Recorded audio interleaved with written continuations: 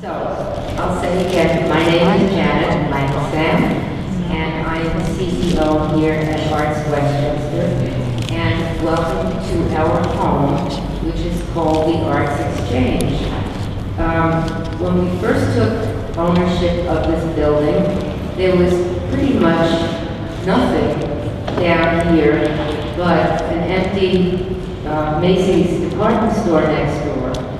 And this building had been empty for about 5 years, and look at it now. We've spent a lot of money on it, we've raised a lot of money for it, and we're so pleased that it sparked, or at least in my mind anyway, it sparked a lot of good things down here in the city of Great Plains, not the least of which is the Ritz Hotel, Ritz-Carlton Hotel, and a lot of restaurants down here. I think there's something like 52 restaurants now in White Plains, and of course we can't take credit for all of that, but we could be glad about it.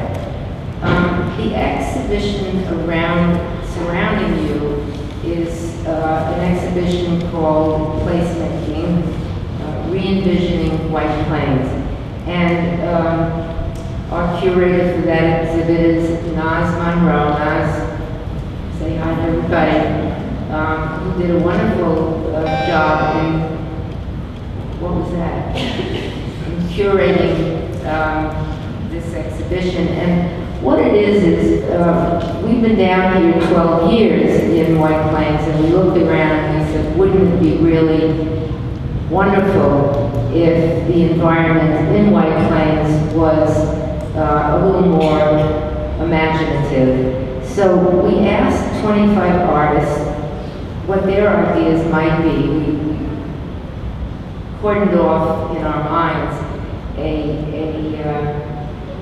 part of White Plains in the downtown, and we said, what kinds of ideas would you have for public art or placemaking art or site-specific art in this area? And we got some very interesting proposals, and this evening, this is rather an extension of the exhibition. We invited Harriet, Senie, who is an expert in public art, who has written extensively and taught extensively on the subject, and asked her to come and talk to us about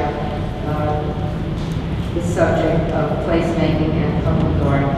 And I am going to turn the microphone over to Kathleen Breckling, who is our gallery director.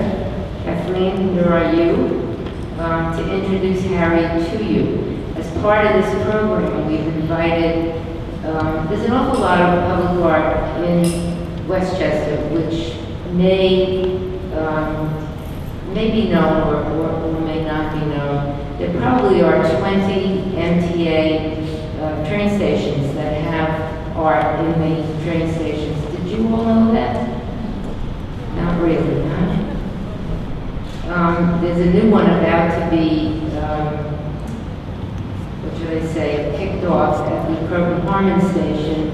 There's a wonderful one in Senie, Rye, Duxbury, Tarrytown. So there's a lot of wonderful art in the train stations. There are some other examples of public art in some of the other cities, and that's why we asked Bill Hanau, the mayor of Senie, to join us, and Wilson Kimball, planning commissioner of the city of Yonkers, and John Testa, who is the county legislator from Peekskill, which you all know is an arts town, to join us and respond to Harriet's provocative, we hope, talk. So, without further ado, let me introduce Kathleen Breckling, who is our gallery director, to introduce Harriet.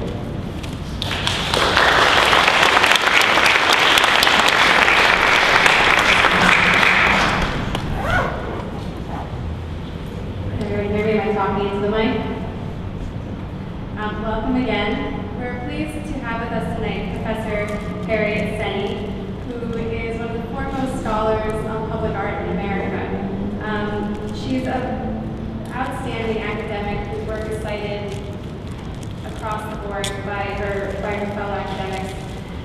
She's a professor of contemporary American art at the City College of New York, where she's also the director of their highly competitive museum studies program. Among her many publications are Dangerous Precedent, The Tilted Art Controversy. She founded, along with Professor Knight of Emerson University, the Public Art Dialogue, which is a publication, one of the few, that is dedicated entirely to public art. She's currently working on a book entitled Memorials to Shattered Myths, Vietnam to 9/11. We're very excited to have her here today, and we know that her talk, her presentation, and the response of our panel will elicit a great dialogue. Thank you.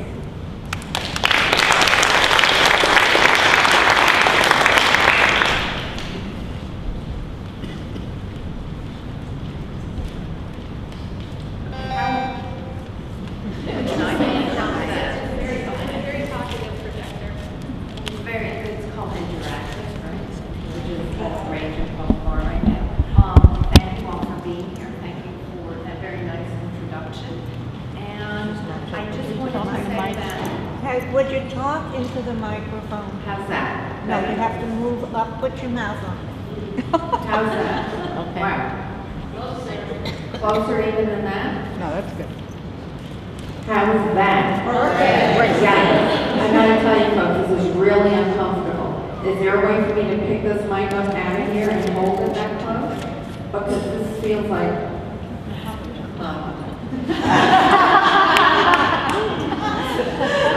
Okay, how's that? Yeah. Much better. I'm much happier this way.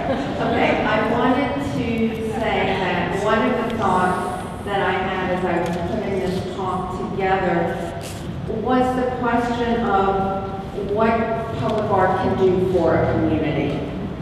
And I also thought it might be useful for you to know that I began my research into modern and contemporary public art several decades ago because I couldn't figure out what it was doing there. And I'm imagining maybe some of you initially felt the same way. My PhD studies, including orals, have focused on Italian Renaissance art. And my dissertation was on public art, which I then called urban sculpture. And I think that still works for some examples. That was built in New York City from 1950 to 1975. I went to the Institute of Fine Arts. I don't know, some of you may be familiar with that very traditional school. And some of my erstwhile advisors wanted me to start with the pyramids to make sure I got the historical context right. Well, that, of course, was a non-starter. I wouldn't have finished it in my lifetime, let alone theirs. When I looked public art up at the New York Public Library, at that point in time, all I got were references to the art of public speaking. So you can imagine that was a little bit daunting for a PhD student. So what I wondered, because that's where tell me what's doing. Somebody's phone is here, making that strange noise with a nice purple color.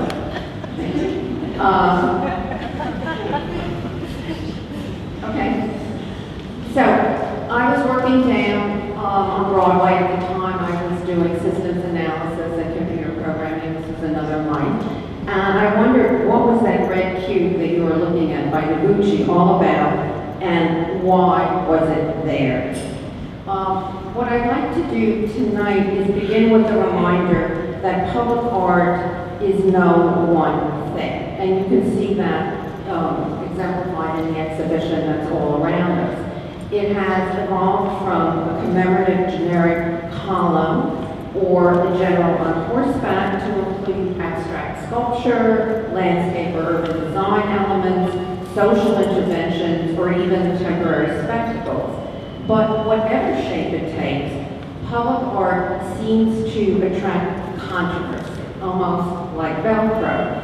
Even the 42nd Street Lions, the library lions, were once the subject of controversy in their day. So it can happen to anything. There are many reasons for that. public money and public space is involved. The audience is different from museum goers. They didn't choose to look at this art, and therefore their expectations are different. The art is actually in their space, and typically there isn't much information out there to explain it. Not as much as is typically given to a museum goer who presumably already has a little more. Given the long lead times and administrative hassle, I sometimes wonder why artists continue to engage in this enterprise. And I think because it's a great opportunity to make a difference. And I should add to that arts administrators, because the hassles usually start in their lap. To continue to have new audiences who may see it on a regular basis and for whom it may become a part of life. Public art evolved because ideas changed about how public art might best earn its keep, what function it might serve to improve the quality of life around its site. In that evolution, the emphasis has shifted gradually, I think, from the art and public art to the public, frequently prompting the question of late, what's art got to do with it? A question that we can come back to later. The most traditional and perhaps therefore the most familiar form of public art is the memorial. But memorials too are not without problems or conflicts. The Bunker Hill Monument of 1826 in Charleston, Mass. How many of you have actually seen it? I'm always curious about that. Okay, so quite a few. It's 220 feet high, 294 steps, no elevator. Did you climb to the top? No, I didn't. It's made of granite from a nearby quarry in Quincy. It was intended to commemorate the Battle of Bunker Hill, which took place in 1775, but that battle actually took place on Breed's Hill nearby, so it's not even at that site. But it marks the first major battle of the American Revolution. But we didn't win it. The British actually won, but the fact that the untrained colonial army managed to repel two major assaults and inflict many casualties on the British was enough for it to become, quote, a symbol of American military perseverance and heroism. First issue of debate at the time was iconographic. Did a column or an obelisk provide the most appropriate symbol? Well, that's not something we'd be so concerned with now, but obelisks were traditionally associated with Egyptian monuments and marked graves of military heroes. So they had a competition that is still common, and Horatio Greenough, who was to become a very important American sculptor, and no stranger to controversy, was then a student at Harvard and he won. But he didn't actually build the monument. To this day, the identity of the sculptor is disputed, nor is its subject immediately clear. If you just looked at it, what monument or memorial does it remind you of? Washington, right? Clear and simple. So you look at one of these things and you're like, well, okay, what exactly is it commemorating? When it was dedicated on June 17th in 1843, which was the 68th anniversary of the battle, it was a major national ceremony. Daniel Webster claimed that, quote, it stood for eternal American principles of patriotism and courage, civil and religious liberty, free government, and the moral improvement of mankind. It also stood for commitment of men, wealthy, middle, and working class, and more especially women, to the ideal of civic commemoration. It was the women who raised most of the money through bake sales and the like. For a time, Bunker Hill was used to celebrate Irish heritage and working class immigrant pride, but a meaning of a memorial is never fixed. It changes with the times and the way that people use it. In a contemporary public art project in 1998, the artist Christoph Wadiszko projected images of faces and hands of local residents as a loudspeaker played their words as they spoke of their murdered children or siblings.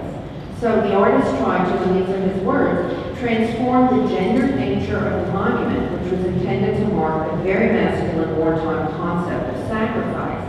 Instead, he used the monument to mark private family pain in the civic battle of crime, end end quote. This is one way memorials of the past can be rejuvenated to reflect contemporary concern. There are, of course, many others. Probably the most famous form for historical monument is the general on horseback. Here's, I'm sure, recognizable to almost everybody in a more pristine state than it is today, although they're going to be given on a gilded suit. This is General William Tecumseh Sherman, a work of 1903 by Augustus St. Gaudens, a typical general on horseback, well, except for the figure, but we'll let her go for a moment.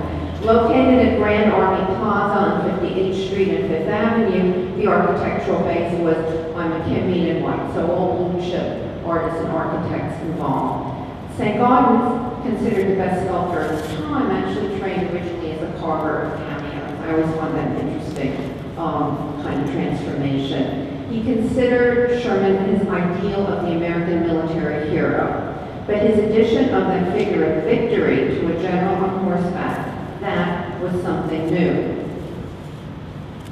Like the Statue of Liberty, she is one of many generic women in traditional public art. To this day, Manhattan boasts only 5 named women among all of its public sculptures. You can bet I wrote an article about that. It still is, I think, a very startling kind of statistic. But it was a woman, and a young one at that, who designed the nation's best-known memorial. One you all know, of course, the Vietnam Veterans Memorial, dedicated in Washington in 1982. Entering the national competition while a student at Yale, it was an assignment in a funerary architecture course, in which she earned only a B, and I always include that statistic for any students in the audience. Violin established or continues to be, if not the archetype, certainly a structure that prompts, I would say it is the archetype of memorial skill, a structure that prompts movement and therefore visceral experience, and a list of the names of the missing or dead, here noted in the order of their death rather than alphabetically. The Vietnam Veterans Memorial began with a mission, quote, to heal a nation and a site, the Washington Mall. For the veteran who spearheaded the enterprise, Jan Scruggs, the site was the issue, more important even than the design. Often, with public art of any kind, the site determines the content. And I want you to just take a minute and imagine some familiar words in other places. And you'll sense that immediately. The site really frames the content. I used to say determines the content. I think kind of it still does. The development of public art as a distinct category from memorials was actually launched some 15 years before the installation of the Vietnam Veterans Memorial. Not in New York and not in DC, but in Chicago, with the Chicago Picasso, setting the scene for the public art revival of the late 60s. The commission was an integral part of the national and local urban renewal effort. Just as a reminder, it was in 1964 that President Johnson created the Great Society Task Force. In 1965, the Department of Housing and Urban Development was created, and in 1966, the Model Cities Act was passed.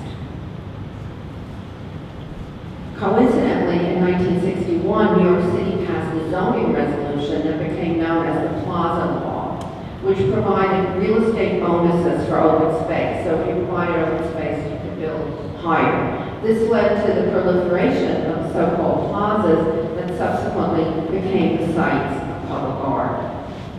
One of the problems encountered by this kind of public art is that it was expected that the art would somehow contribute to urban renewal. And when it didn't, or worse, became the focus of controversy, there were problems. Another expectation for public art initially was that it would somehow redeem a boring architecture. In other words, become something of an ornament after the fact of modern architecture. When we think about what public art can do for a community, I think it's really important to consider the often unstated expectations. It will help you, I think, get to a better solution for a particular site. The Picasso Commission, begun in 1963, actively pursued pursued by architect William Hartman of Skidmore, Owings, Maryland, a firm known for its support of art. He stated categorically, quote, "We wanted the sculpture to be the work of the greatest artist alive," end quote. And he pursued Picasso until he became engaged in the project.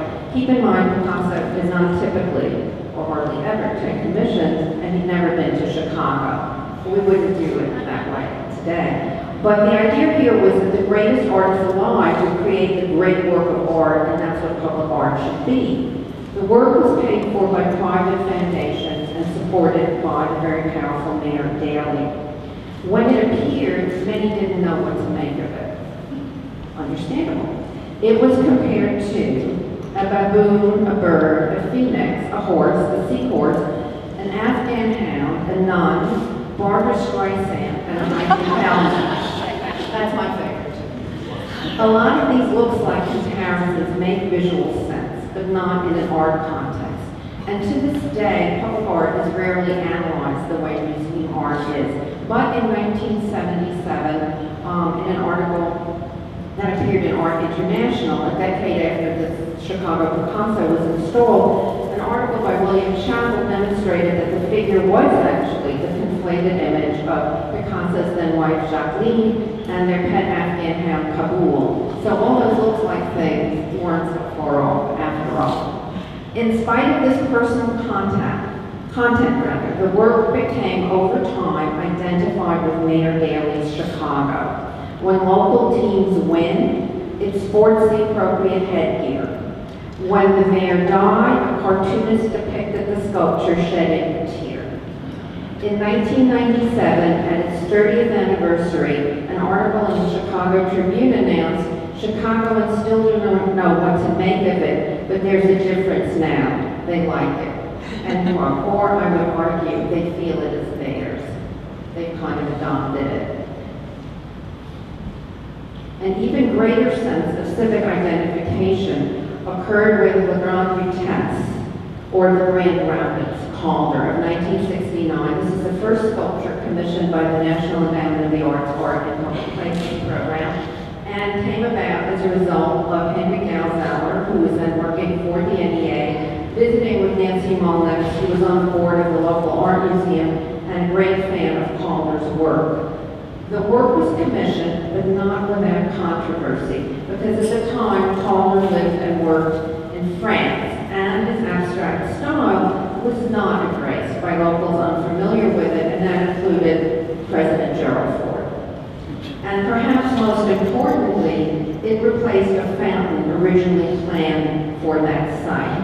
That had also been a problem in Chicago, and it's a good indication of the way public art was deemed an urban amenity, like a fountain. I just want to say a word about this slide, which was an image that was taken for me, showing the sculpture in use at a local Italian festival. I'm a little tired of these super art, taking images that show public art in isolation without people around it or life around it, because public art is about life around it.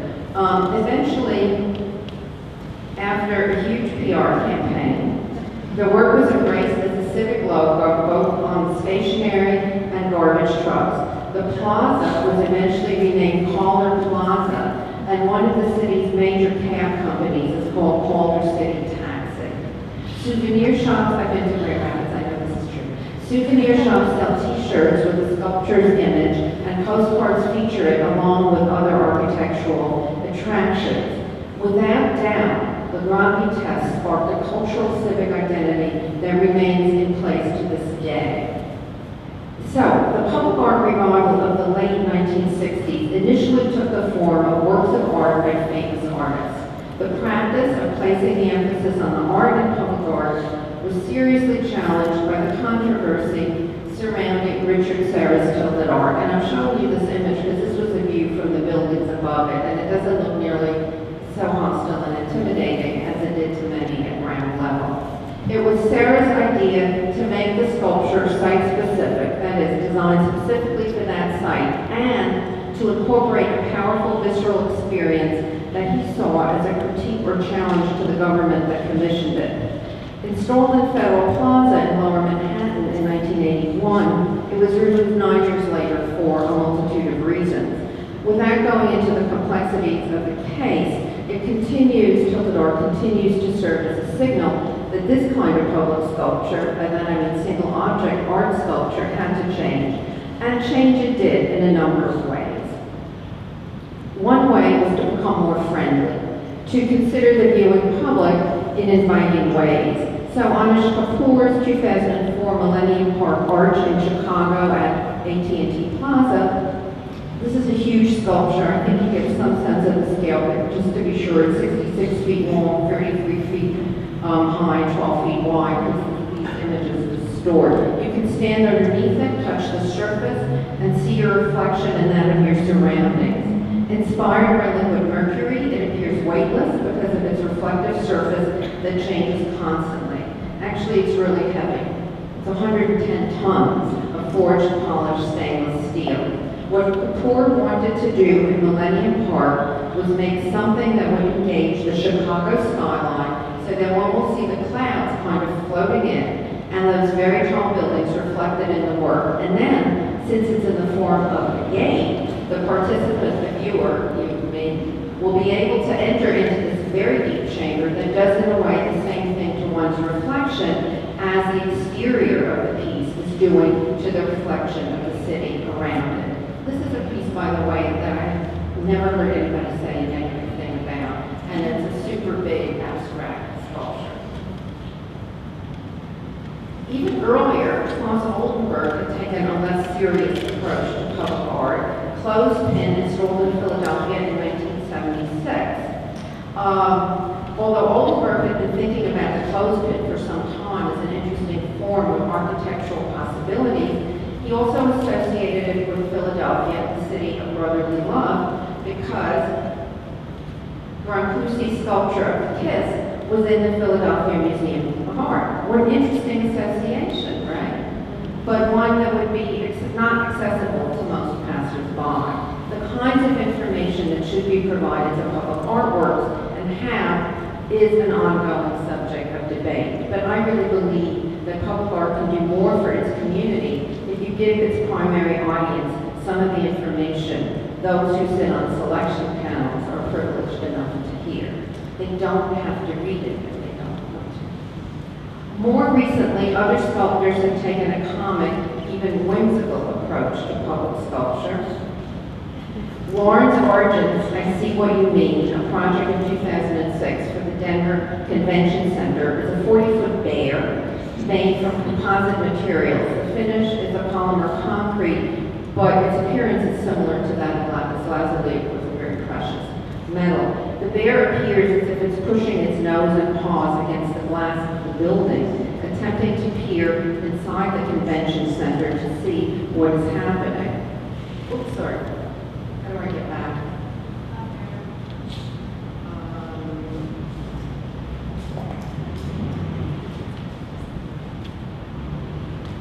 Thank you. We're not quite ready for that one yet. Okay. So what he was thinking of was that this should work during the day and during the night. And that's another point I want to make, because you never know what time of day people will be engaging with the work. He was thinking about upsetting the balance of power between the viewer and the viewed. Although the bear is not particularly threatening, I have seen it. It's funny. He also thought about the site, the convention center, as a meeting place, a place to exchange ideas and transfer information. He was also thinking about regional Western art, especially from a non-resident's perspective, because this is a convention center. And he was also thinking about the natural surroundings of Colorado. He didn't want to conflict too much with the architecture, and he thought a lot about scale. He also wanted to bring the mountains, the assumed idea of Colorado. And he took a kind of tongue-in-cheek approach because he thought of the bear as being somehow representative of the mountains.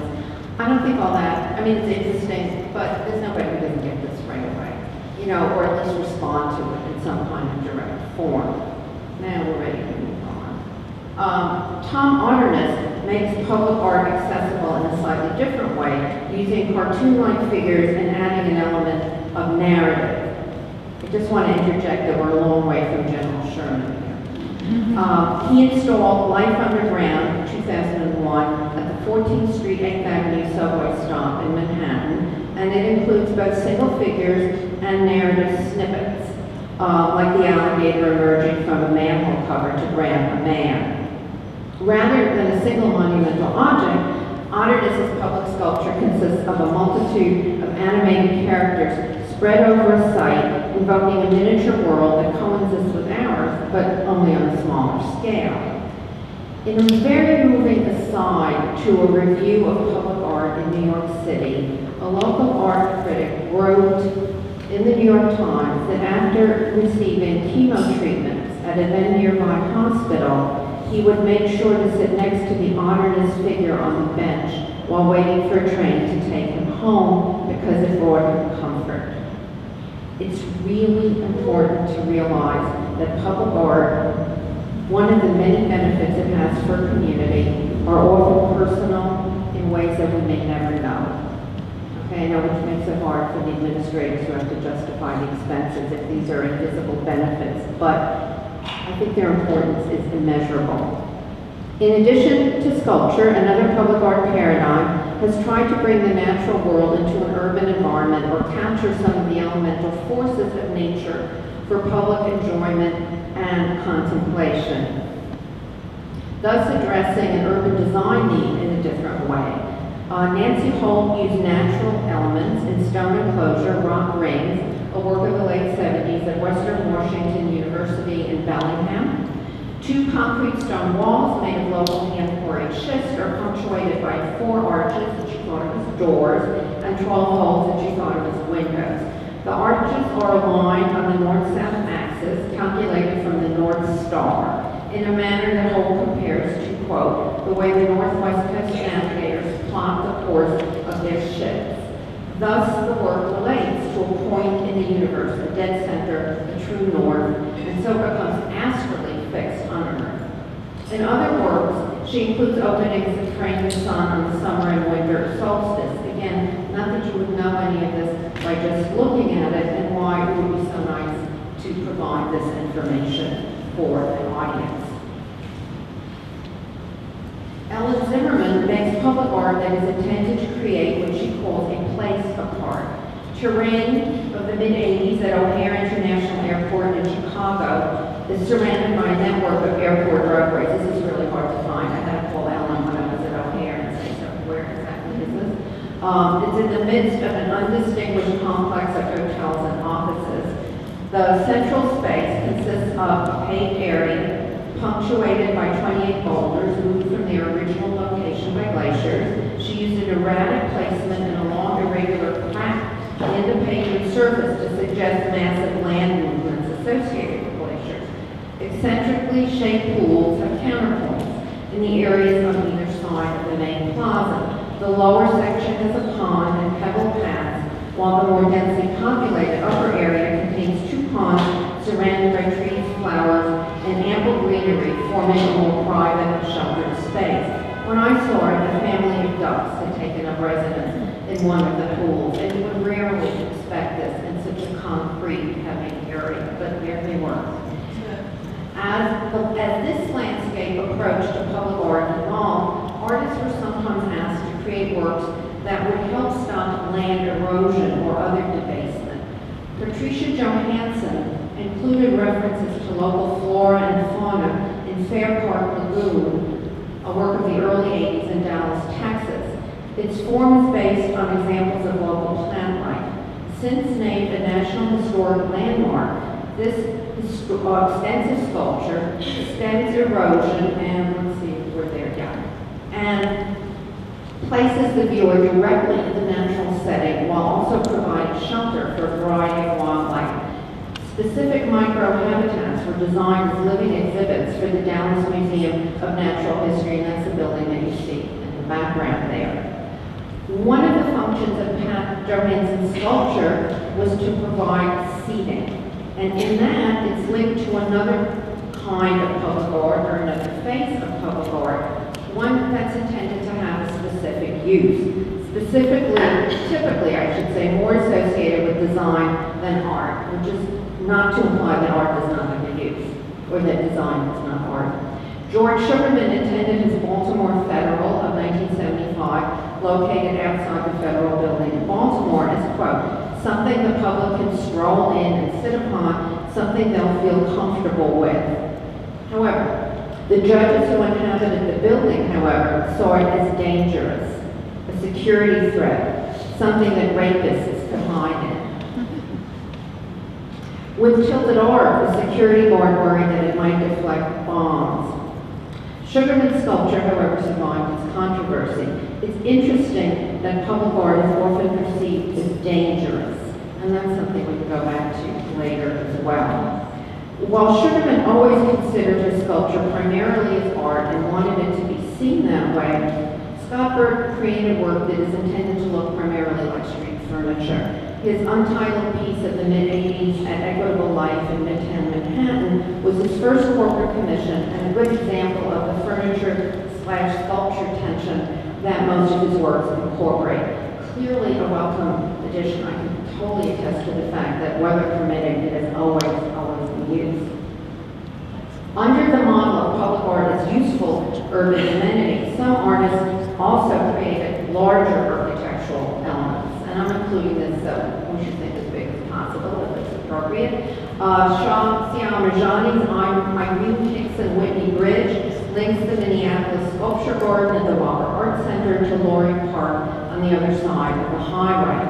Although it spans a multi-lane thoroughfare, Armajani's open work bridge, painted in pale yellow and blue, suggests a weightless, airy passage. The artist was a great admirer of the Russian constructivists who early in the 20th century advocated eradicating the distinction that separated high art from practical use, or put another way, eradicating the hierarchy that still divides art, design, or art and craft. And I say still because if you think of the galleries that show art, and think of the galleries that show design or craft, at the very least you'll notice a great price differential. On a much smaller scale, Donna Dennis's fence streaming in faraway places, the ships come to Washington Market, surrounds the schoolyard at PS 234 in Lower Manhattan. For this commission, her first public art, she thought about the history of the neighborhood, its proximity to the Hudson River, and its primary audience, and such an important audience, children. The site was once the center of the food commodities trade and part of the city's vital shipping industry, and Dennis depicted ships specific to that history. In an unobtrusive way, her fence provides an evocative visual panorama for an otherwise pretty uninteresting urban corner, and who knows in what ways it may be inspiring a number of children who see it every day. In a sense, all public art can be thought of as social intervention, but more recently, that aspect of social intervention has become public art's primary focus. This kind of art, often referred to as community-based art, is created by an artist working with a community to make a work that addresses a specific local need. One measure of its success is if the work outlives the period of creation. And I'm just going to show you two quick examples that came into being as a result of the 1995 exhibition called Culture in Action, curated in Chicago by Mary Jane Jacob. Oh, here's another detail of those nice ships. And you can see the variety that she managed to incorporate. Inigo Maguana Ovalle worked with a group of youths living in an area often marked by gang violence. They created Televecindario, videos of their experience in their community, and subsequently installed 11 monitors in a work they called Rest in Peace.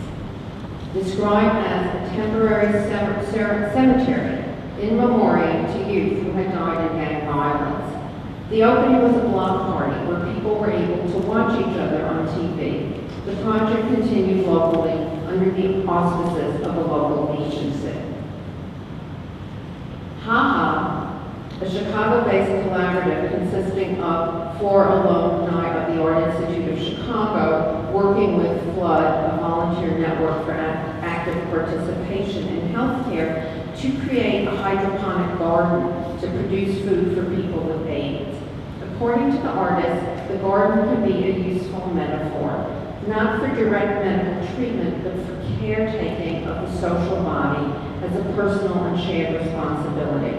It included space for meetings and education materials and prompted the formation of a buddy system to help those with AIDS, where people work together to cook meals and deliver them. The artists established a link to the organization Open Hand Chicago to distribute produce. The garden itself was potentially mobile. It could be installed and maintained elsewhere in a home or hospice. This project, too, outlived the exhibition. But without doubt, the most famous example of community-based art is the Names Project quilt that started in San Francisco with one cloth panel measuring 3 by 6 feet to commemorate one AIDS victim. It grew within a year to over 5,000 panels.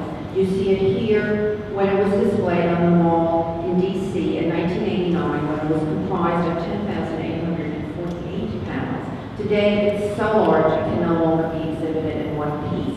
But parts of it are on display at various times, often in schools, to commemorate AIDS awareness. It's extremely, if you've seen it or parts of it, some, not so many, okay. It is extremely moving, highly personalized, and ultimately democratic. Anyone can add a panel to commemorate a loved one, friend, or family member. Temporary public art can also benefit the community in many ways. In February 2005, Christo and his wife Jean-Claude opened the gates of Central Park. Thousands of orange arches reaching almost 16 feet high, spanning 23 miles from north to south and east to west. They appeared about every dozen feet. A project idea since the mid-1970s that finally got approval under a mayor known for his support for the art, brought many visitors to Central Park during a month not known for that. And it prompted locals to visit parts of the park they had never seen before, including me. I'd never been to the north end of Central Park. I heard a suggestion recently that it was a kind of post-9/11 memorial, introducing a much-needed note of joy to a beleaguered city. And that is something else public art, I don't know if that's true, I don't so much believe that, but and it is something that public art can do for a community. It can generate civic energy or prompt a sense of optimism. It can also be a conversation starter and make us think, no matter what form it takes. But it might be useful to keep in mind again that we might never know what effect it has, and we might have to take some of those benefits on trust. I'd like to end with another personal anecdote after this really nice detail. In my first full-time job, I was professor and gallery director at Senie Old Westbury and decided to do an exhibition of a local artist, Bill King. I placed a sculpture very much like this one on the hill outside the gallery as a kind of announcement. The exhibition was generally well received, but came and went without too much fanfare, although it gets some nice reviews, until it was over and the sculpture at front was sent back with the other works. Then my phone was ringing off the hook with indignant queries. What did you do with our sculpture? It was a lesson I never forgot. Public art prompts a sense of ownership and local pride. But as I've said before, you may never know it. Thank you very much.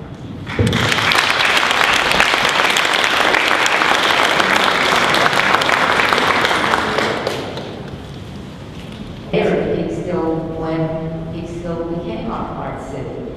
And Mayor Bill Hanauer is the mayor of Placemaking, who has recently produced a 25 sculpture exhibit on the streets of Placemaking.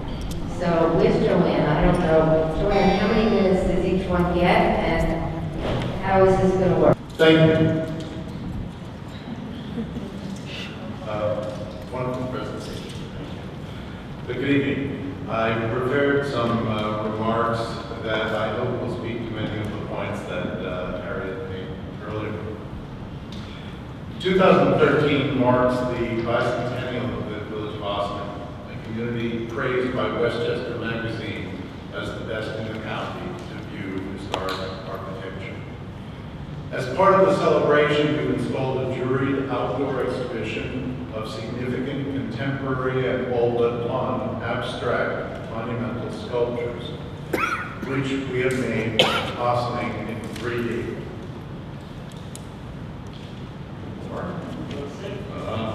And closer I'll be behind it. Groucho Marx, not the other. Yes, the exhibit has fulfilled our motivation for mounting it. It has added beauty to the village and has created considerable buzz, including a long article in the New York Times, which brings visitors from other communities, especially New York City, from Connecticut, from upstate New York, and from the rest of Westchester County. As a result, there has been a tangible increase in civic pride and the economy, not to mention the potential political benefit to the mayor, the village board, and the administration. And that's not a cynical remark. It is the village populace perceiving that we're doing something good that they like, and that's unrelated to potholes, whatever. The sculptures add highlights to our magnificent natural canvas, that of the Hudson River School painters of the 19th and early 20th century. And they give perspective to the architectural gems in front of which some are cited. Good architecture is the grandest and most enduring form of public art. The best example of the use of public art, I believe, is the entire city of Venice, Italy, where I have spent part of my life. Architecture and other forms of public art abound everywhere. Many grand buildings have been created since the Middle Ages specifically to impress and thrill visitors with their artistry and their political and economic power of the Serenissima. That's the nickname for Venice. Even humble abodes have absolutely beautiful mail slots, doorbells, door handles, adorned with the city's symbol, the Lion of St. Mark. Scaffolding on buildings that are being restored is covered with a photographic image of that building at its prime, which has a screen effect, so you can actually see the scaffolding and the building beyond this photograph. Major municipal edifices are embellished by marble, sculpture, and mosaics, pillaged from vanquished foes such as Byzantium, and placed to make their maximum effect. The sculpture of the Tetrarchs, the four emperors, for instance, is embedded in that corner of the Basilica of St. Mark that serves as the grand entrance to the Palace of the Doges. There are, as well in Venice as in American cities and European cities and South American cities, there are equestrian statues. You saw before Augusta St. Auden's statue of Sherman. There's also a statue of Bolivar. And there is another form of art which I think is complementary to those equestrian statues, and that's satire, in the person of Jubilation T. Cornbone, general from Arkansas. Little the statue of the great mercenary army leader in Venice, Condottiere Bartolomeo Corleone, not Corleone, by Andrea del Verrocchio, which stands in the compound outside of the Basilica of St. John and St. Paul, San Nicolo, serves to remind the populace and visitors of the power of municipal government. And because of its site, it also reminds the Dominican priests of the dominance of the state of Venice over the church. But not all public art is successful, even in Venice. In 2007, Francois Pinault, who owns Christie's Auction House, and the company that owns or controls Gucci, Vuitton, and many other luxury goods and alcoholic beverage companies, bought and had restored the mid-19th century Palazzo Grassi already a long time a museum, and the medieval customs house, which had been empty for decades, both to house his personal collection of contemporary art. The customs house, or Dogana, is on the prow of an island across the Grand Canal from the Doge's palace. The narrow walkway to the point was a place where couples traditionally had their first kiss, their first fight, their first breakup, their first makeup, and got engaged. As a gift to the city, to replace the 19th century lamppost which had already been removed, Pinault commissioned an 8-foot-high sculpture of a naked 12-year-old boy who had just plucked a frog from the waters and was showing it off, or perhaps was offering it to the city of Venice. While popular with the tourists and aficionados of postmodern sculpture, and Pinault was the exemplar of that, it was not popular with the Venetians at all. And although a petition, I'm known for these long speeches, it was not popular with the Venetians at all. And although a petition was circulated to maintain the peace in situ, Venetian authorities' fear of vandalism led first to the encasement in lucite and then to the removal of Boy with the Frog.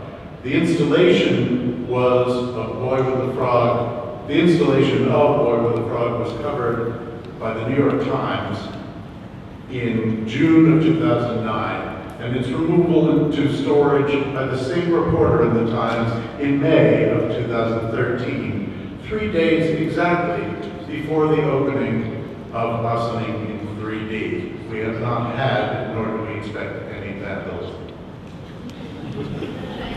Thanks so much. Ask the question. Happy to. First of all, I want to tell Harriet I enjoyed that very much. Thank you so much for that presentation. Thank you to ArtsWestchester for inviting me to be part of this tonight. And since you held up that card, Joanne, I want to say I'm a proud supporter of ArtsWestchester, the county board, right? So always will do that. I'm going to stick up for Peekskill a little bit. As mayor there, and as a lifelong resident there, my family has been there over 100 years. Peekskill is a very historic city, and in Peekskill, most of the, we have a lot of Peekskill artists here tonight, some of them whose art is part of the installation here. They're all used to cement or granite structures or old busts or statues of historic figures, which is great.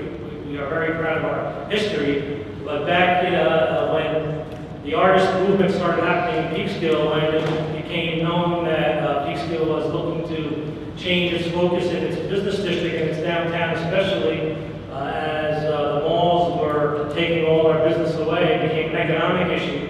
And as Janet always lectures to everyone, how much economics is connected with art, and in a city like Peekskill, it's really changed our whole city economically and developmentally in our city. So when we added the artist district in the downtown to bring artists into unused space on second and third floors of business buildings in the downtown that were decaying because the owners of the building were not bringing in enough revenue to maintain their buildings. Bringing in the artists was really a revitalization of our city, and it's only grown since then over the last couple of decades actually. Where artists now are residents of the city. They just didn't come to open up their studios, but now they live in the city, they're part of the city, they have businesses in the city, their children go to the schools of Peekskill, so they are part of the fabric of our city. And when I was mayor, we were able to bring in a new business that has really changed things for public art in state, which is what we're talking about today, the Hudson Valley Center for Contemporary Art. Mark and Olivia Strauss came in, and we started what's known as the Peekskill Project back in 2004. I think it was the first year. We're in the fifth version of that, I think, now, where over 100 artists would come in and display public art of all different mediums, some a little less permanent, maybe only for a weekend installation or a week. Some are still there years later at our riverfront, which has some wonderful pieces of sculpture there. And the question I really have for Harriet is maybe you can help us in our municipalities as these permanent structures age. You mentioned a lot about materials of the actual piece of art. And over time, polished stainless steel is going to last. Whatever that material was that bear was made out of is probably going to last pretty well. And the elements, but some of the other steel and other painted structures are not. How does the art get maintained without destroying the integrity?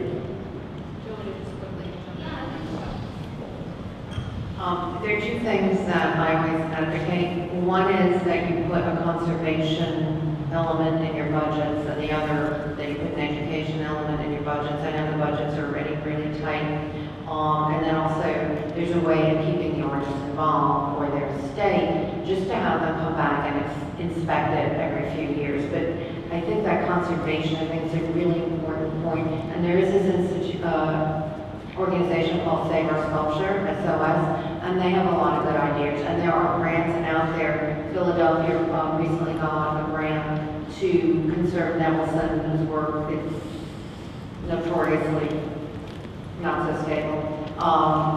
That's like, yes. But I'm really glad you raised that issue because it's critical. Because otherwise the work out there is no longer the work that you commission.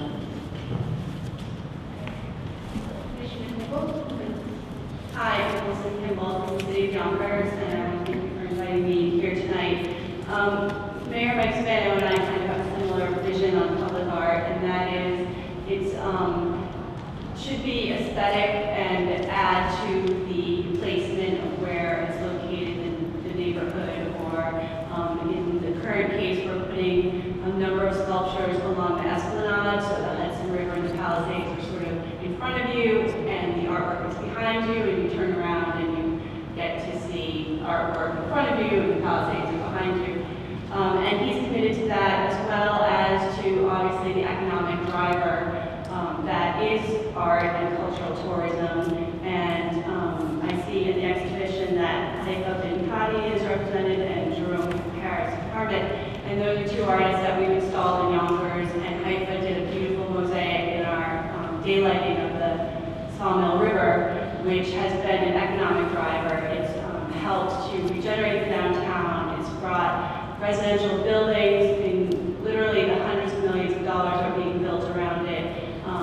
Mine Spring, which does like Match.com, is moving into the area with 150 jobs, and we've seen a real economic driver.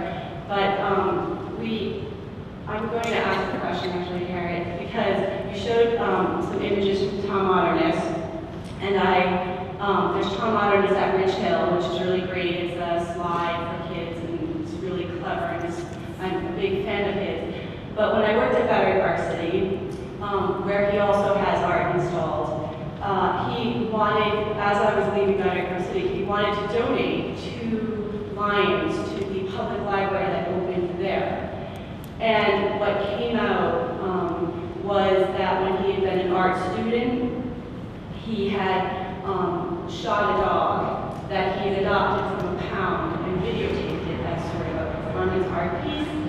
And the amount of controversy that raised was so incredible that the authority decided not to install the work. So I guess my question is, at what point does the controversy make it so overwhelming that you decide not to install the work, and is something that the artist did in their personal life relevant to the art that in itself is installed? Big question. I personally would have installed them. I think it's a big mistake to back down on something like this, which is not to say I condone shooting the animals. I mean, like, you just have to be really careful when you sit in public. But that said, I think it was a teaching moment, and it was not used that way. It would have been really significant to organize some kind of public program like this, discussing the art context of that period and what would have prompted an artist to do that. And there are other examples. of comparable works, and I'm spacing on the artificial shot itself, which didn't raise as much controversy as somebody shooting a dog. So I do think it's important to, maybe because I've been a professor so long, I look at all of these things as a teaching moment that really can be used. The other thing is, and I was telling this anecdote before, there was a Joel Shapiro sculpture that caused a big controversy in North Carolina. I had an MFA student at the time taking one of my courses, and you know, she told me about this, and she said it was the first time her family discussed art at the dinner table. I think controversies are dangerous if you don't frame them, because he who frames the issue wins. And that's really critical, and they didn't take control of that in ways that they might have. It's New York. I think the other part of that is also how the artist interacts with the community. It's very crucial. I did a piece at Oakland Beach, which is in Rhinelander Park. I did a large mural with a story. And people thought, you know, it was a very dramatic part of the story. And everybody here? You're like, it's great to having these questions. It would be great to have you. I did a mural.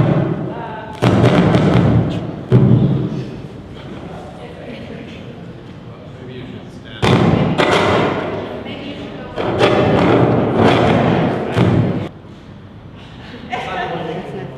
I chose a dramatic scene of a children's story, and so a lot of people enjoyed it. They definitely wanted to know what it was about, why it was there. A lot of people also said, some people said, why is there an American flag? And so I was really shocked that a children's story would be considered controversial in the mural.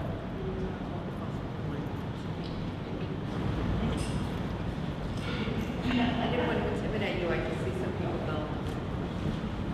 But also it's great to connect with it, at least in the office, like the train station, and everybody stopped by, from people running on the train, people involved in the art world, taxi drivers, and the adventures that it's doing. So just the interaction in the community is fantastic as an artist. I did the for planters in front of the Village Arts Station. They're great. I see them all the time. They're great.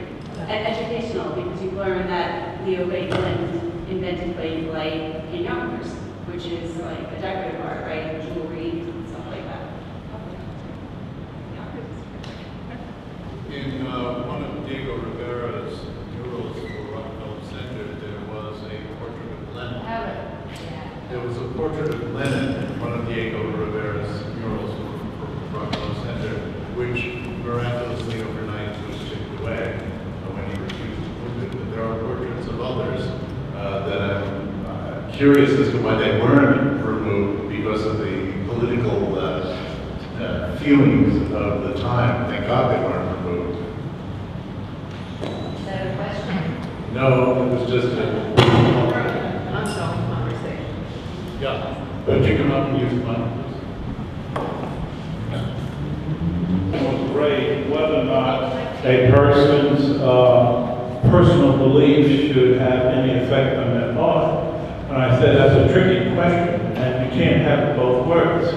On one hand, artists will say that this art represents me, my ideas, my feelings, and how I view the world.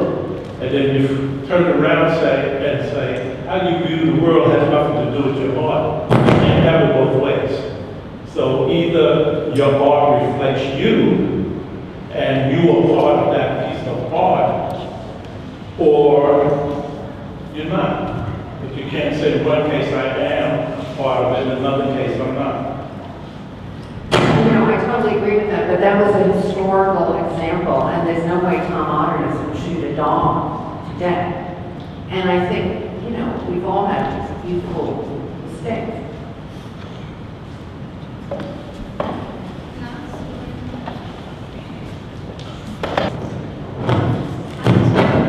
When planning public art, how important is site specificity in your analysis? And I'd love to hear from the whole panel on this.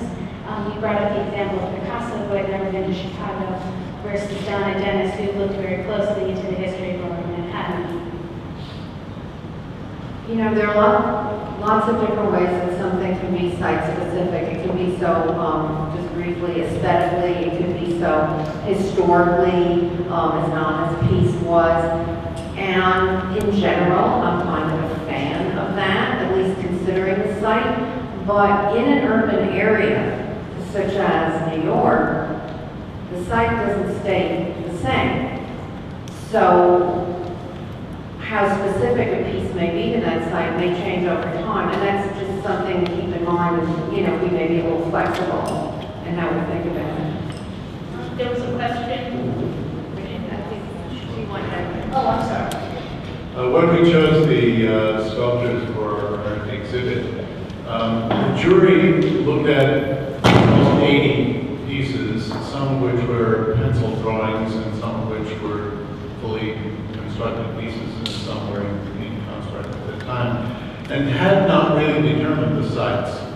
Although the minute I saw a couple of them, I knew exactly where I wanted them to be, and one of them actually got there. But we hadn't determined the sites, and after we chose the pieces or the drawings or whatever, we then determined, having collected a bunch of sites and gotten approvals from all the owners of the properties, we then determined where they were going to go. And it worked, except for one piece, which just didn't work in its site. It was too big, and we couldn't get far enough from it or close enough to it. So we moved it to another site. It was perfect, and when they got moved there, it was perfect. My experience in Peekskill, we've had some installations, very site-specific, especially historic sites. We've had some traditional sculptures, such as Abraham Lincoln, where he stopped in Peekskill and gave a speech, to a diver who's down the riverfront, which is near the water, which is where we have a lot of our larger installations, because we have a large space down there where people can see it. I think some are site-specific, some are so abstract it may not be. And I think, in my experience from the public feedback issue, is the more abstract the piece is, the more feedback you get, because the least understanding of the general public is. So you have to try to trust the curators, which we do with our Peekskill project. We trust the curators to do the right thing, and we try not to interfere, because we don't want the art to be interfered with, or the thought behind the art and where it's going, and see what the public thinks about it. And it's worked pretty well for us. Can I shout? I think I see that. Two questions. I've had the pleasure of enjoying the installations by happenstance, basically, both in Peekskill and in Ossining, and I thank you for them. They're amazing. One question specific to Ossining. I was shocked to see the price tags publicly displayed, and I'd be interested to know what the discussion was around doing that.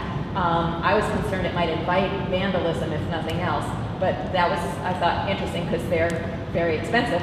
And the other question, also for Harriet, is what are the differences in public art for a suburban driving culture versus an urban pedestrian culture? In both instances, when I was in the car, I didn't really notice the art. It wasn't until I had parked and was going someplace, and so that's kind of different from a walking city. I think when we were putting together the sculpture exhibit, we were also putting together an exhibit of photographs, 19th century glass plate photographs of architecture and people and sites throughout Ossining. That one was in a gallery in the library and had the traditional pages of notes on individual photographs and prices.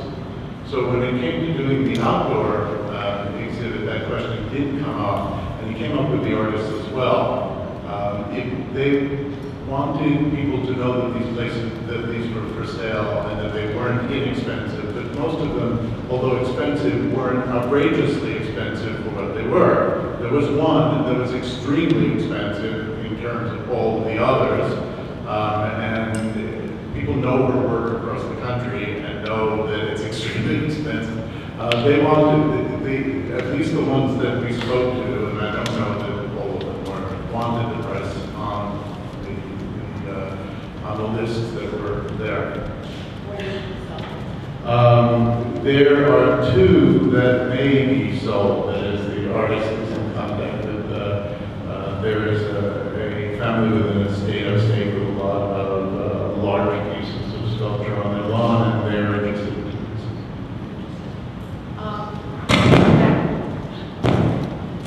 I'm used to that. The driving experience in public art, that is a really tricky one because you don't want it to be that arresting that it's causing accidents. No, I'm really serious. And it's got to sort of get your attention, but not stop you in your tracks. One of the things I think works pretty well with that is multiple pieces of a considerable scale, where you kind of, you keep absorbing them. A one-shot deal is not going to do it. You'll pass right by, and as you said, maybe see it from the parking lot. But I know Max Harriet did a piece of out west, some really huge vessels that were in reference to local pottery traditions. And the repetition of these really large works along part of the highway, besides it got into a controversy, but that's usually separate from the art, unfortunately. Fortunately, I think that does work, but it is super tricky to do that, in a successful way.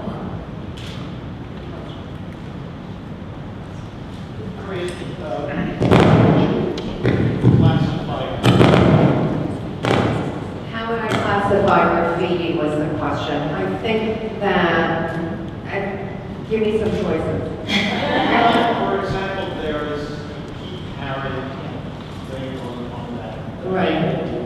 Is your question is graffiti art? Is that the question? Is it public art? Oh, yeah, I think it's absolutely public art. I can't think of the name of the graffiti museum in Long Island City that people ride past. It's on all kinds of tourists. If you come to New York as a visitor, it's on a list of places to see. Does anybody remember what that's called? 5 points. 5 points, thank you so much. I just flew right out of my mind. Yes, and I think, street art, if we think of artists like Banksy, art as a sort of urban guerrilla act. Of course, his work is very expensive now, and, it changes. I mean, it's a little bit like the Salon de Fusée, in a way, not to get too political, but capitalism can absorb a lot, and public art can absorb a lot. I personally don't have a problem with graffiti, but it's not vandalism.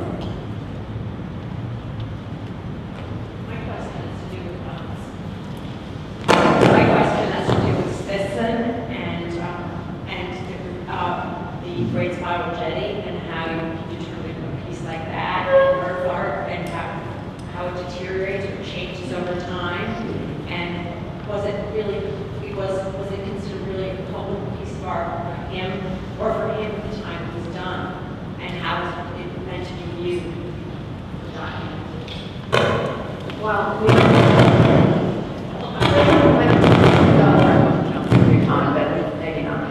You might be very interested to know that it's become a pilgrimage site, and there was a very interesting book called Spiral Jeddah, which some of you may know, that documented this woman's journey to view it. Is land art site public art? That really gets us to the question of what makes a work public. Is it the site? Is it the funding? Is it the accessibility? I mean, in terms of content, not,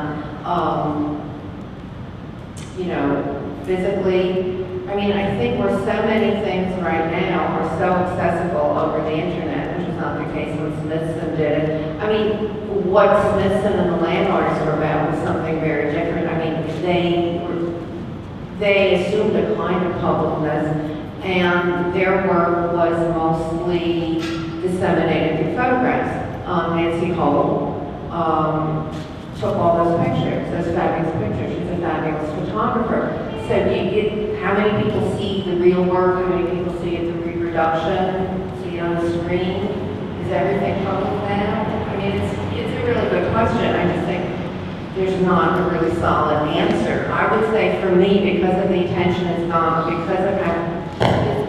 because of all the places it's been reproduced, because of Spiral Jeddah, the textbooks that it's in, it is public in a certain way, but very few people will get to experience it. So maybe our definition of public needs some differentiation. I have a question for the panel.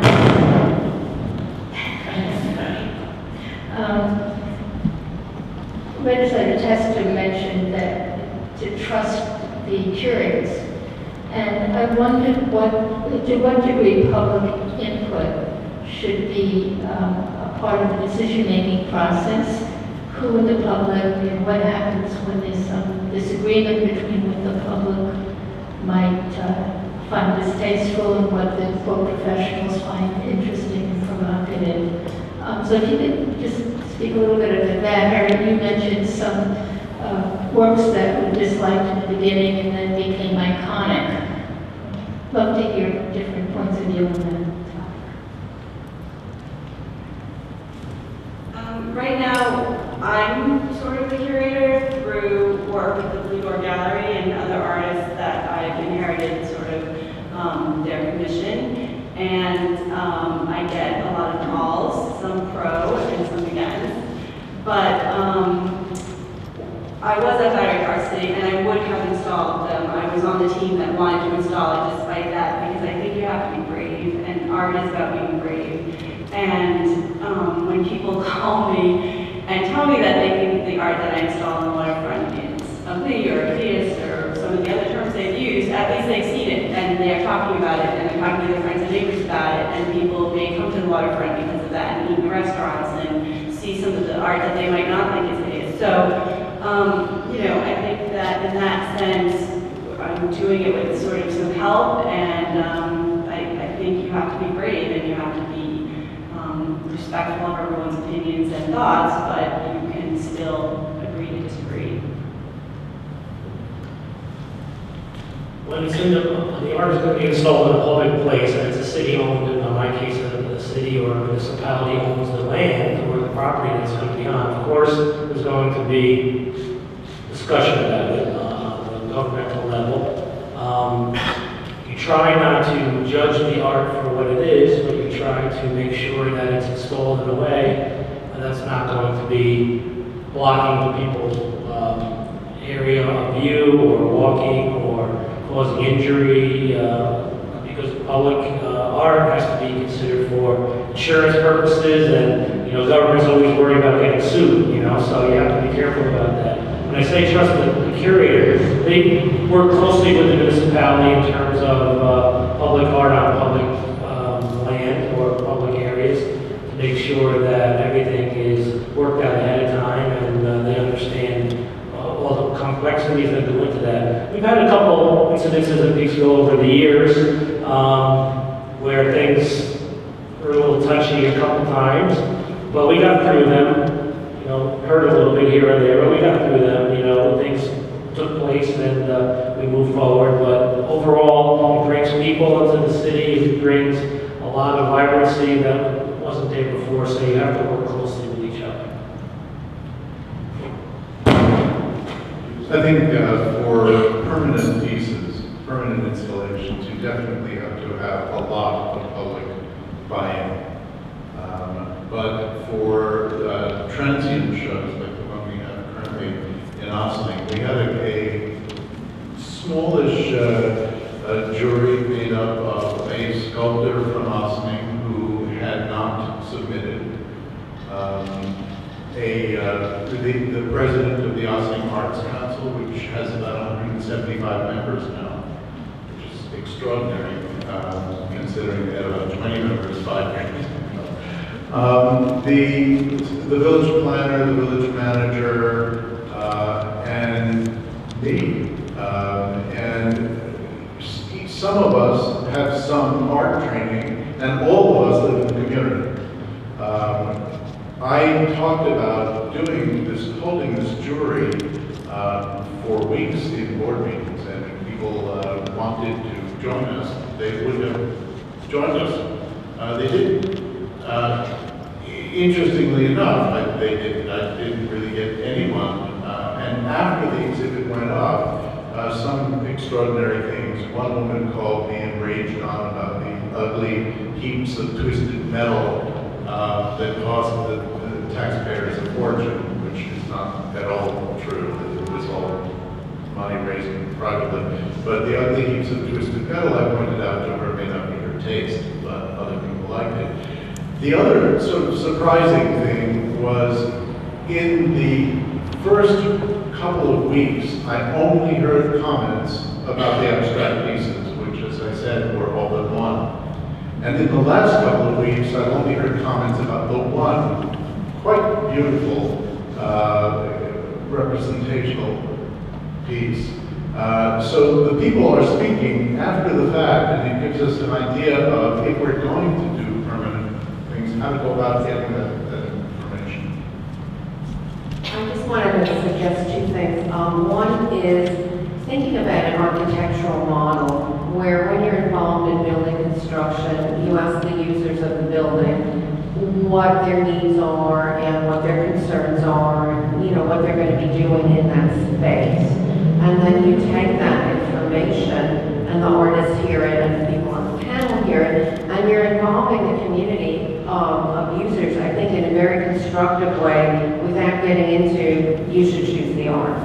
Because they don't have the same range that some other people do. In other words, they just don't see as many choices because they haven't been exposed to as much art. And taste evolves. I want to use an example from Chase Manhattan Bank, where they have in New York, the main branch, where they have a very, very extensive art collection that people who work there are, you know, they can put it in their office.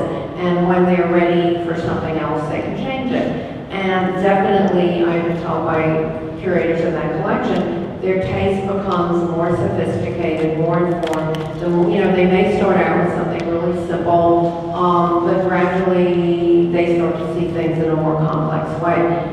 So I think both of those things maybe can be a little bit useful when we think about what's really a very problematic issue of how should the public be involved. The one time I was on a panel where this was an NEA panel, where they had just decided there should be one representative, one public, one non-art person. I mean, never mind. And so they got this collector from New Mexico, and he was the most conservative person going. And it was really, really hard to get around that. But of course, you can't have one person representing the United States. So you might think about who is your audience and who is representing which constituency in those ways. Yeah, I would like This is the answer, but I think the permanent installations, if they're on municipal property, you have to think about two directions. One of them is forming some sort of group that raises the money privately, and the other is whether or not you want to actually use the tax money I was accused of using before. And the answer may be yes, depending upon what the piece is and where it is. But to my taste, if there is money left from the fundraising of the Bicentennial Committee, I want them to buy one of the pieces with it. And I think in that case, I chose it and they paid for it. That's done. Harriet.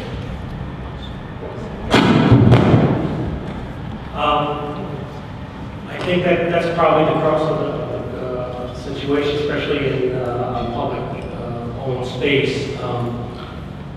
As mayor, I was able to get, the developer was building a project in town, and we needed a statue of Abraham Lincoln that was being commissioned, and he very happily paid for that installation, and it didn't cost taxpayers anything. Didn't have to spend 3 years raising the money. It was done right away. In other ways, there are groups that didn't raise the money. I think there's a controversy growing in Kingston now about local government using taxpayer money to buy one of the installations, and I think that's just starting to heat up, so we'll hear how that goes.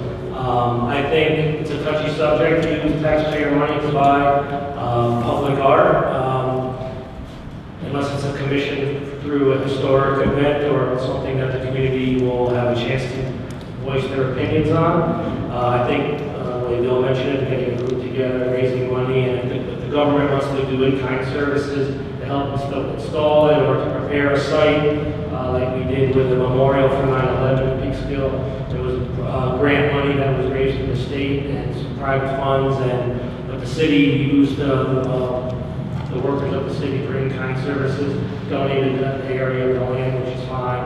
So it's a mixed bag, but I think you really have to be careful about public money with taxpayer money using on some of these things, because you can have a negative effect of something that can be very positive thing. So I've been to a couple artists' houses in Yonkers and elsewhere, or in their galleries, or where their studios are. And what I find is that artists who are artists can't stop making things, because that's what they do, right? They create art. So I just asked them to donate it. And so far 2 of them have, because their house is like teeming with so much stuff that they have nowhere to store it, and it's really expensive. And so, as you say, the city prepared the spot, or paid for the transportation, and in both cases they were actually pretty grateful to get something out into the public and clear out their studio. I wouldn't do that all the time, because I noticed that thumbs down in the crowd. I would do that all the time, and I obviously understand that artists, you know, the term struggling artist is there for a reason. But in some cases, with some people who have had a lifetime of work, they have plenty, and they don't mind giving back, and they're at a point in their career where they're comfortable with that. And let me just share with you something that I do in every public art class I've ever taught, is I do something called a public art watch, where students select a work of public art, you know, someplace where they pass by on a regular basis. We develop a questionnaire in class, so we're talking undergrads, MAs, PhDs, I've been doing this a long time. And one of the questions is always, do you think public money should be spent on public art? Now, it could be because I have very engaging students and people are embarrassed to say otherwise, but I have to tell you, nobody has ever gotten it. Just one. Maybe you could just explain. Not everybody's familiar with that.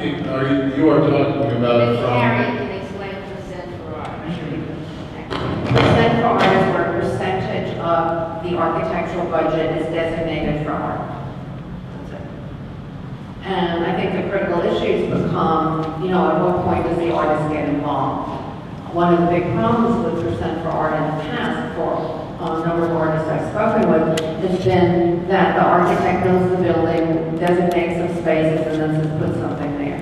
Well, those people, artists, know that that's not so enticing. So I think it's a good thing, because you do get the money out there, you do make it available. I think there are more creative ways it could be used besides involving the artist initially. I've always thought it would be great to see that money, you know, generate a bit of an ongoing fund for maybe temporary exhibitions or some other things. It doesn't always have to be a or several permanent pieces. I mean, I think we can open up that thinking a bit. The village has a downtown development fund, which was begun by the developers of a major property on the waterfront. And there was a few $100,000 put in there, and there will be more added to it from developers. It's not really a percentage so much as a dedicated amount. If it were a percentage, it'd be great, because you knew you'd be getting it. But those of us that are almost entirely built out won't be getting much of it. The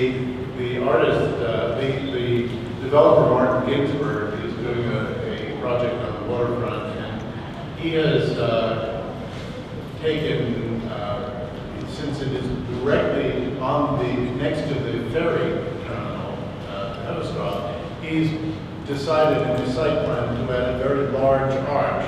You are under asking. I don't think anybody's going to object to that. They object to the building, but not to the arch. When about 4 or 5 years ago, a group of us were in Alijó, Portugal, which is one of our sister villages. They had just celebrated the 75th anniversary of their fire department, and they put up an incredibly beautiful phoenix rising from the flames, about 20, 25 feet high, made out of steel and painted fire engine red. And all of us had the same reaction. We're celebrating our 200th anniversary. How about honoring the village of Ossining, Mr. Mayor of the city of the village of Alijó? And he agreed, the sculptor agreed, and Martin Ginsberg is adding that to his property also. So he may not have put money in a percentage away, but he's certainly doing it. I have no problem with the architectural plan. Since Martin Ginsburg was mentioned, he's the one who purchased the statue of Peekskill. So it's great to have developers who are very much interested in promoting art as well. It's not that hard to sell. In Peekskill, when a developer builds, there's something known as a gap fee for recreation, and every unit has to put in a certain amount toward the city for recreation purposes. In some cities or municipalities, they require the developer to build a little park or other connected amenities that are offsetting the construction of whatever they're doing. What we have done with Peekskill is to get a percentage or a certain amount, actually it's $5,000 per unit of any new construction, and then it's put to a recreation. I think that's the funding that's being used to purchase this installation of Peekskill, which is causing a little controversy because that's not what it was designed for. But it was built into the cost of the new project. If there's any problem with that, I think it's a great way to do it. And a lot of times, contests or